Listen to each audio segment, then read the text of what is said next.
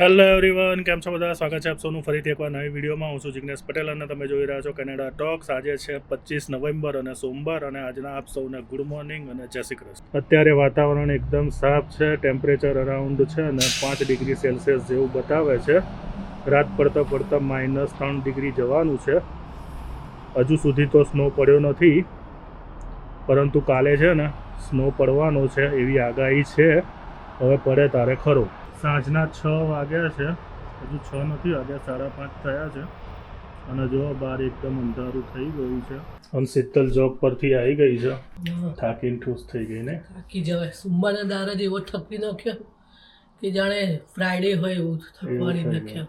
અને અત્યાર સુધી સ્નો નહીં પડે એના વિશે શું કહેવું તારું?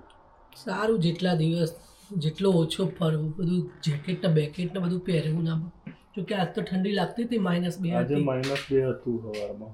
અત્યારે 3 ડિગ્રી બતાવો છે, પણ સાંજ પડતા પડતા પાછું -3 થઈ જશે. જે હવે જે આપણે આવ્યા છીએ ને, આપણે એવા પ્રદેશમાં આવ્યા છીએ કે ઠંડી પડવાની જ છે. પ્રિપેર જ રહેવાનું, એટલે દુઃખ ના થાય. રોજ પેલું શું કહેતા હતા પેલા, આમાં રહેવાનું ને આનાથી બીવાનું. હું મગર પેલા પાણીમાં રહેવાનું અને મગરથી બીવાનું, એનાથી વાત છે. ભૂલી ગઈ.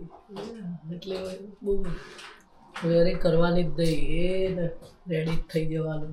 કઈ નહીં તું ફ્રેશ થઈ જાવ ને જોઈ નાવાનું, ધોવાનું, કપડો ધોવાનું, પછી રાંધવાનું. અમારે ક્યાં આ એક ડ્યુટી છોડવાની, પછી બીજી ડ્યુટી. તો ભાઈ એવું લેડીઝના એવું હોય જ. એવું લેડીઝ જેન્ટ્સ ના હોય ભાઈ. પણ તમે કરવું હોય એને બધા કરે, કરવું હોય એને બધા જ કરો, પણ જનરલી આપણા ઇન્ડિયન પીપલ જ એવા અમુક કરાવતા છે, એમના માટે નહીં. હા, પણ જે ના કરાવતા હોય એમના માટે છે કે એકલું લેડીઝને જ કરવાનું, એ માઇન્ડમાંથી કાઢી દેવું જોઈએ. અને એક તો રોટલીઓ ભાખરીઓ વગર ચાલે નહીં. અને અમના ના ફાવન ખાવું હોય રોટલો ભાખરો જ. આજે 26 નવેમ્બર છે અને આજે સ્નો પડવાનો હતો, પરંતુ સવારથી જો વરસાદ પડે છે, વરસાદી માહોલ છે. ટેમ્પરેચર અરાઉન્ડ છે ને 5 ડિગ્રી સેલ્સિયસ એવું છે, પણ સ્નો બહુ કશું નથી. સવારનો બસ આ રીતે વરસાદ પડી જાય છે. કાલે સોમવાર હતો, સોમવારના દિવસે કાલે મેં છે ને ઓફ લઈ લીધો હતો, એટલે કાલે હું કામ પર ગયો નહોતો, જેના કારણે છે ને આપણી વિડીયો અધૂરી રહી ગઈ હતી. હવે આજે મંગળવાર છે એટલે રાત્રે મોડેથી નીકળીશું ઉબરમાં, એટલે આપણે આજે શું એક્સપ્લોર કરીએ છીએ અને રાતે જઈએ એટલે ખબર પડશે. બાકી કાલના દિવસમાં તો બીજું કશું હતું નહીં, એટલે મેં તમારી સાથે કશું શેર કર્યું નથી. તો ભાઈ અત્યારે રાતના 8:15 થયા છે અને આપણે આપણા કામ ઉપર નીકળી ગયા છીએ. જોઈએ હવે આજે નવું શું એક્સપ્લોર કરીએ છીએ. અને સવારનો વરસાદ પડે છે, ધીરે ધીરે છે અને છાંટા પડે રાખે છે. હજુ બી વરસાદ ચાલુ છે, પણ સ્નો નથી પડ્યો. જેવી આગાહી હતી કે ભાઈ આજે સ્નો પડશે, પણ એમાંનું કશું થયું નથી.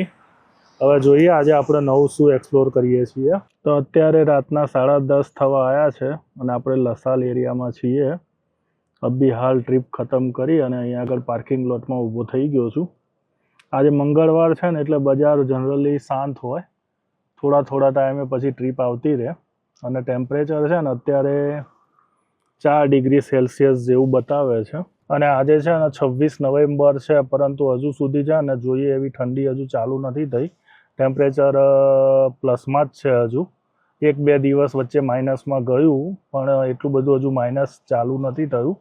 પરંતુ નેક્સ્ટ વીકથી છે અને ટેમ્પરેચર માઇનસમાં જવાનું ચાલુ થઈ જશે. તો ભાઈ અત્યારે આપણે આવી ગયા છીએ પાર્ક એક્સટેન્શન પર, મોન્ટ્રીયલના ઇન્ડિયન એરિયામાં. અને રાતના સમયે પાર્ક એક્સટેન્શન કેવું દેખાય છે જોઈ લો તમે. વરસાદના કારણે છે ને વિન્ડશીલ થોડું સાફ કરવું પડશે, પણ જોઈ લો રાતના ટાઈમે પાર્ક એક્સટેન્શન. આ છે ને આપણે કર્બ્સ ઉપર છીએ અત્યારે, અને આગળ જારી સ્ટ્રીટ આવશે. અને અહીંયા બસ આ બાજુ જે ખરું ને, આ બધી બિલ્ડિંગો ખરી ને, એની પાછળની સાઈડ જ રામજી મંદિર છે. જો પેલું ટાવર દેખાય છે ને, ટાવરની જોડે જ રામજી મંદિર છે. અત્યારે તમને રોડ ઉપર કોઈ જોવા ના મળે. એરિયામાં છે ને આપણે જનરલી ઇન્ડિયા જેવો માહોલ તમને જોવા મળે રાતના સમયે, પણ વિન્ટરના કારણે છે ને અત્યારે તમને કોઈ અહીંયા દેખાય નહીં રોડ ઉપર. હમણાં જો મેઇન સ્ટ્રીટ ઉપર જઈએ ને, જારી ઉપર આપણે ગયા હોત કે પછી જો તાલા ઉપર જઈએ ને, તો થોડી ચહેલ પહેલ આપણને જોવા મળે. જો ત્યાં આગળ માર્સે સ્વદેશ છે, અને બાજુમાં જોલક છે એ બંગાળી સ્ટોર છે.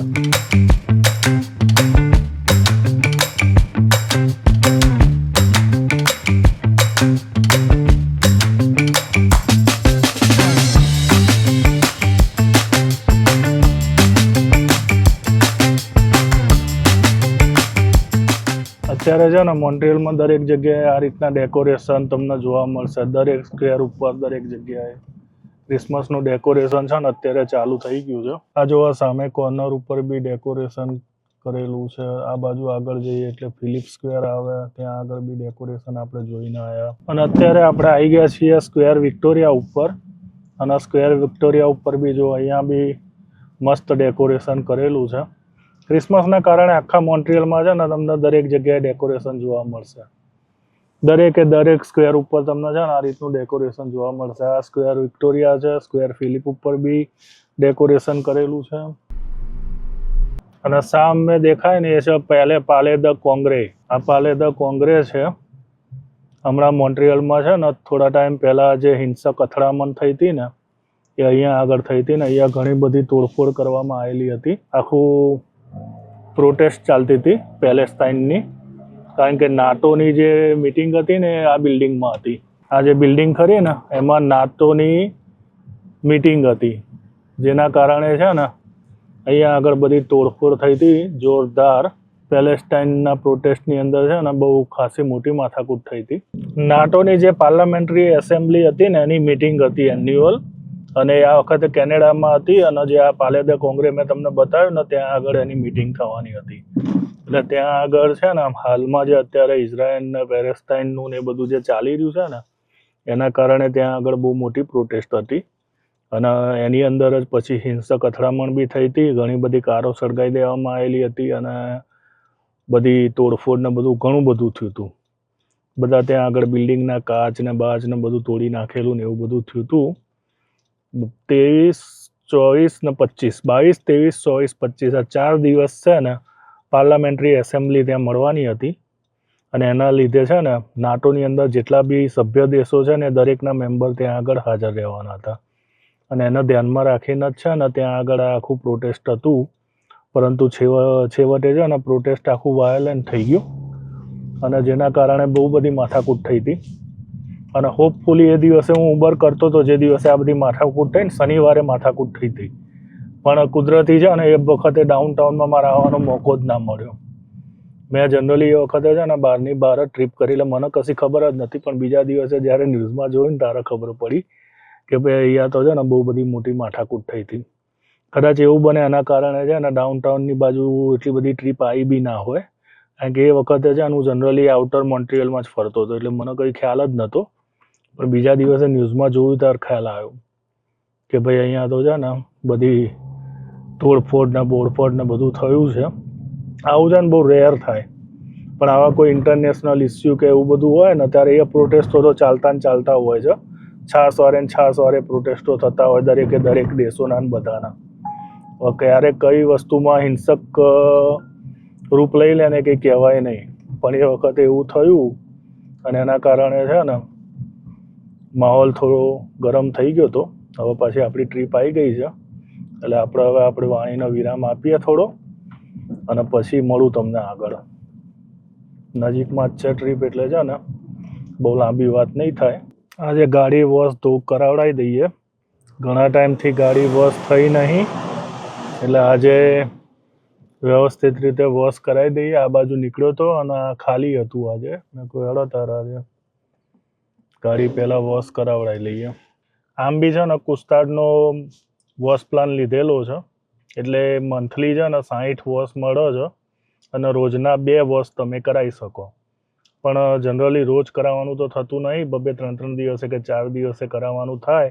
પરંતુ આ વખતે છે ને મારે ગાડી અંદરથી ધોળાવવાની હતી, એટલે મેં જે હેન્ડ વોશ કરે છે ને ત્યાં આગળ ધોળાવી હતી. એટલે અઠવાડિયા સુધી કાર વોશ કરાવી નથી. અને આ બાજુથી નીકળતો હતો અને આ ખાલી જોયું મેં કહ્યું લાડો તારે એક હાથ મરાવડાવી દઈએ, એટલે જેથી કરીને ગાડી થોડી ચોખ્ખી થઈ જાય.